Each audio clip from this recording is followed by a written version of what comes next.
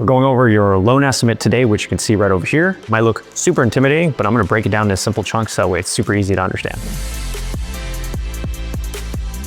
The first thing that I want to highlight is date issued. The reason why I'm bringing this up is just in case, we're in a fast closing of 21 days or less, meaning when you put an offer in and get it accepted, 21 days later, you're a homeowner. So the reason why we overestimate the fees, especially at this stage, is to ensure that we are on track to close on time and make sure you have a great experience. So I wanted to drive home an extreme example to hopefully illustrate it. So imagine if you get into a contract on the 1st of the month or on a Thursday, just for this example. Usually what happens is if there's a multiple counter offer or multiple bids on the property, meaning it's competitive, your real estate agent may recommend that we shorten our contingencies, which is the mechanism that helps protect your deposit. Usually there's 3 main ones, like inspection, appraisal, and loan. So in a simple sense, you have 7 days to protect your deposit. So imagine you're protected till the following Thursday with your deposit. The other thing that I want to highlight is when you order an appraisal, usually in a loan, that happens after you sign your initial disclosures. I'm going to throw in one other variable here. In order to get 100% accurate fees, we need a few items like title and escrow fees, homeowner's insurance. So if we wait for all that, usually it takes about a week. So now imagine that we're 1 week past once we get all these items in, then we order the appraisal. And by the way, appraisals usually take about 7 days to get back. So now we're actually 14 days through the process or 2 weeks into the process before we even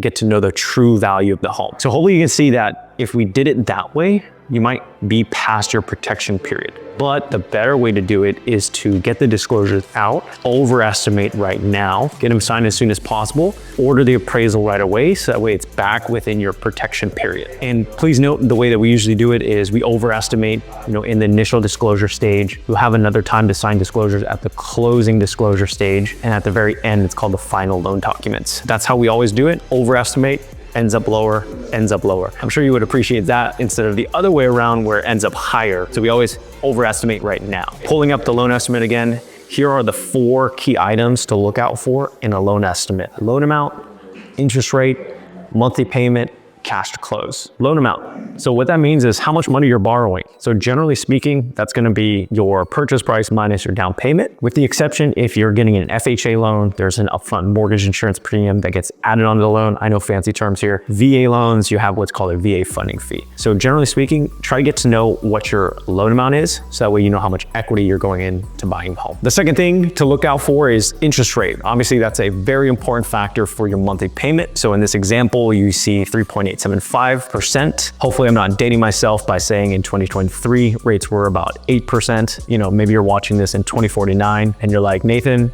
you look nothing like that. Where's the wrinkles? Where's the gray hairs? I promise I'm not catfishing you. I'll update this video by that point. Anyways, building upon that, it's important to know, is it a 30-year fixed, adjustable rate mortgage? Is it interest only? And also, if you're having a temporary buy down, you're not going to see the temporary buy down rates there. That's going to be your final note rate, right? You'll usually see it in what's called a temporary buy down agreement, which might be in these disclosures or might be in the following ones as well. Number 3 is monthly payment.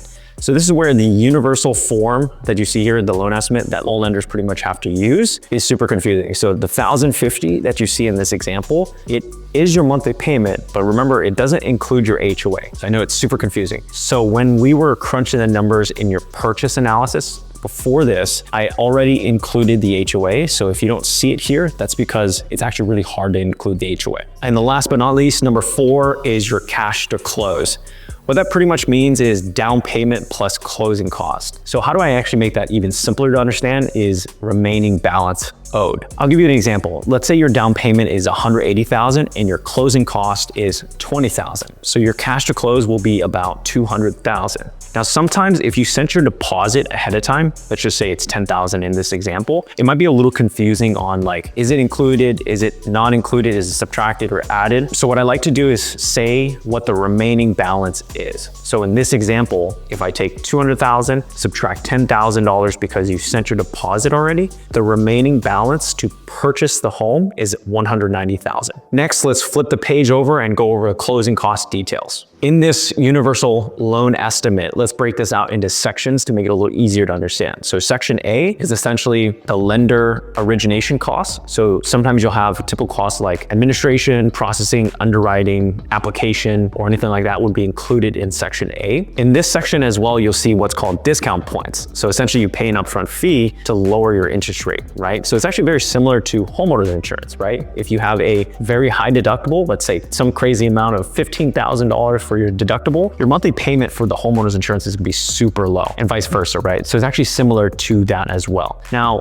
you may be confused of, how much should I buy it down? How much should I not? All of that should have been discussed in the beginning with your purchase analysis, where usually we'll share multiple options to show you a medium point, a very high discount point, and a very low one as well. And we wanna make sure that we tailor that to your short-term goals, like how long do I plan on being in this home? Where are we in the interest rate cycle? And do you have mortgage insurance for this loan as well? So we tailor all that combined to make sure that we're really optimizing the best loan for you. Okay, section B, I know it's a very confusing name. I would actually replace this with due diligence costs, right? This is where you're gonna have the appraisal, and a home inspection won't really be included in there, but hypothetically we would include in there HOA items as well, right? Which is essentially your HOA questionnaire, rules and regulations, financials of the HOA. Usually it's about $200 to $500. That's where you wanna make sure, as well as the lender wants to make sure, that the HOA is in good standing. So all of that is included in your due diligence section, which is section B. So moving on to section C, again, a very confusing title. What I would do is take that and just delete it and say title and escrow fees. So the reason why it says services you can shop for is because maybe if you're refinancing, you can actually, look for an escrow and title company. But generally speaking, if you're purchasing, in the purchase contract, you'll actually sign for the sellers to choose the title and escrow fees and services. So this is where overestimating the section is actually very beneficial, because a lot of times this takes about 5 to 7 days to get these items back to really have those 100% accurate. So with that being said, this is the title and escrow section. Let's move on to the next section. So moving to section D, all that really is just adding A, B, and C. So with section E, you can see the name, transfer taxes. That's pretty self-explanatory there. That actually comes from the title and escrow company as well. So again, usually overestimating this section. Section F is gonna have what's called prepaids. The heavy hitting item is going to be your homeowner's insurance. Usually I overestimate that, but imagine you're getting your homeowner's insurance quote in. That's when we would then replace that number with whatever your homeowner's insurance is. Moving to section G, which is essentially your initial escrow account or impounds account. So you might have remembered I talked about this, where it's a security blanket for your property taxes and homeowner's insurance. Not to get all fancy, but just the way the math works out is the lender wants to make sure that you have enough property taxes and homeowner's insurance in this little piggy bank, so that way you're not hit with a giant tax bill that you haven't budgeted for, a few months later. Section H is going to be your other section, and that's going to have your title owner's insurance, maybe a survey fee. Again, these are usually coming from the escrow and title company. Section I, again, super confusing, I get it. It pretty much adds all the other sections, does the math, and spits out a closing cost amount. And at the very bottom right, you'll see the estimated cash to close. You're going to have your down payment, your closing cost, subtractions of any seller credits that you might have, subtractions of your deposit. Remember that number is your remaining balance to buy the home. I know, it's a lot of information, lots of numbers, lots of terms, lots of things to be mindful of. And sometimes it can be very overwhelming. So that's why I actually love making these videos. So that way there's a visual walkthrough for you. That way you can watch it on demand as many times as possible. But again, if you have any questions, schedule in for a time. I'd be more than happy to go over this with you for 30 minutes or so and answer any questions you have. Aside from that, this is Nathan signing out. We'll talk to you soon.